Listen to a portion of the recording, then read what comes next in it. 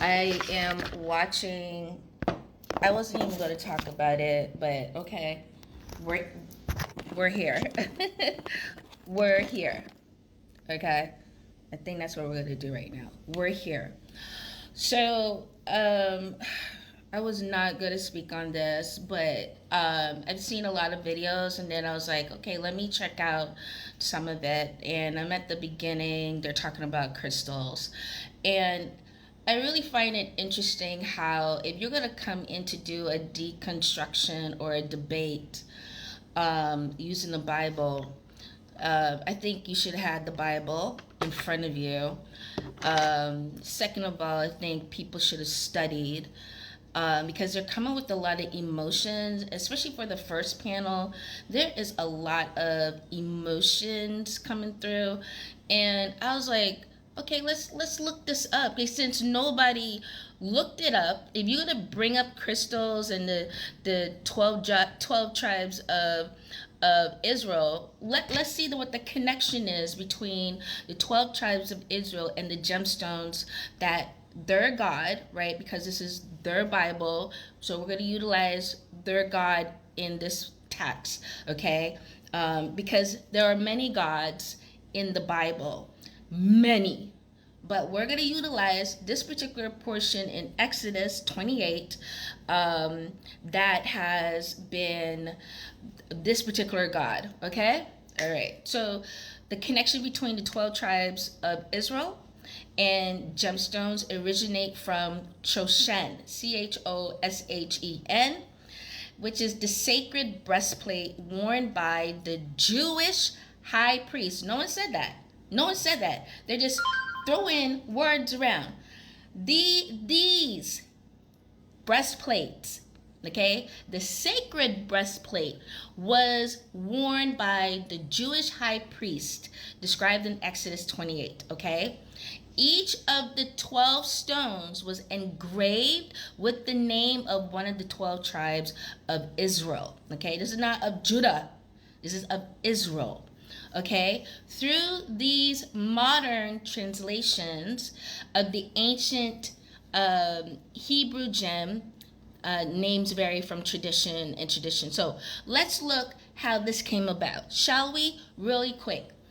First tribe of Reuben, or Reuben, okay, which was the crystal utilized was ruby.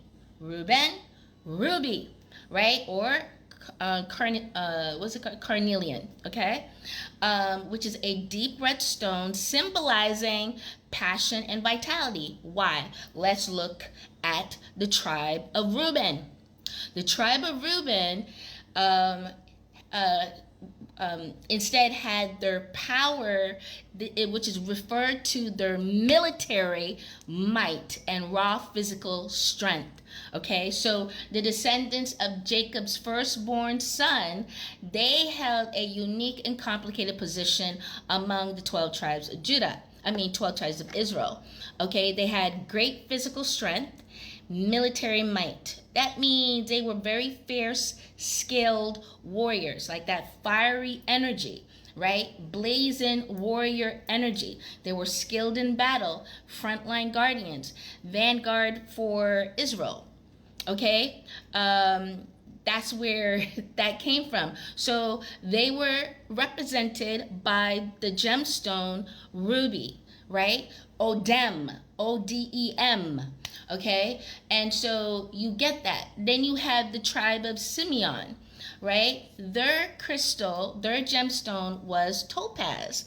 Now let's look at the power of the Simeon tribe, right? So let me just pull that up because I got my notes. And this is the second one, and you guys can do the rest. Their power was about passionate fighting spirit. Okay, Simeon is story is a very heavy one. They were incredibly fierce warriors. Again, their raw power was often canceled out because they struggled with anger and lacked a stable homeland. Why? Now we need to look at that. Their color is topaz, right? So with topaz, this is the solar plexus, actually, the solar plexus. So they don't feel stable because they don't have a home.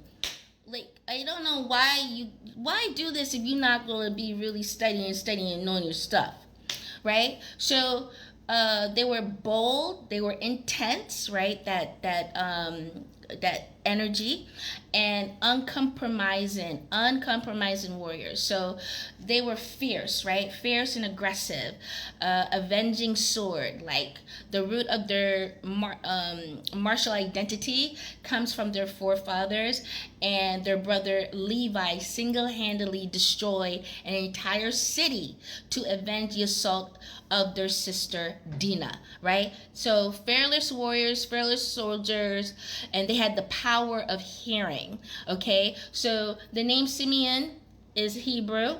The word is Shema, which means to hear, to listen. So spiritually, their highest potential power was the ability to hear God's voice and immediately take action on the ground. Okay, so I'm saying this to say this, right? It don't make no sense to me if you're gonna come to do a debate or deconstruction and you don't know yourself, you don't even have the Bible in front of you. Like, I don't understand it. If you don't have no notes, no nothing, to really, if you're gonna go against someone who was and very much is a preacher's daughter, who definitely read that Bible inside and out and expanded her knowledge, right?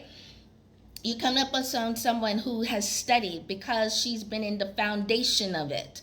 And so for you guys, you can go look these things up yourself and go study it. So just for those two, then there's a tribe of Levi, which they utilize the emerald. And I know she was trying to bring up some parts was coming in with the Egyptians and the crystals that they wore, and a lot of the Egyptians were wearing like turquoise, right? Blue sapphire. Some of them wore onyx and so forth.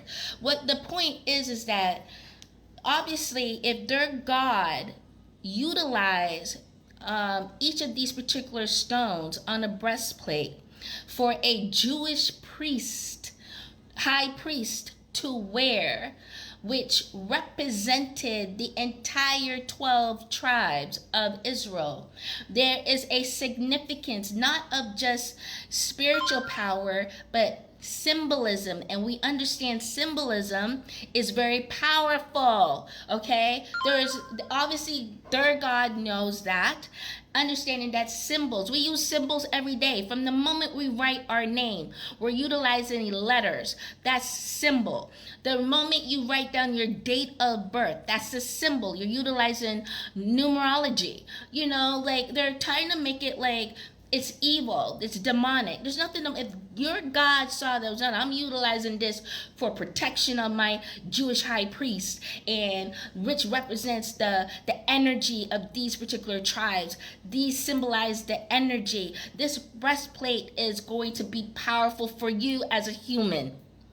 Oh my God, like I got really like, as I looked at more and I'll look at some more later on or whatever, but I just look at like, this is why people don't want to deal with Christianity in a lot of ways, because and either a lot of people left it or not want to deal with it because there's so many contradictions, and I can only see from the panel they're just looking a way in to convert.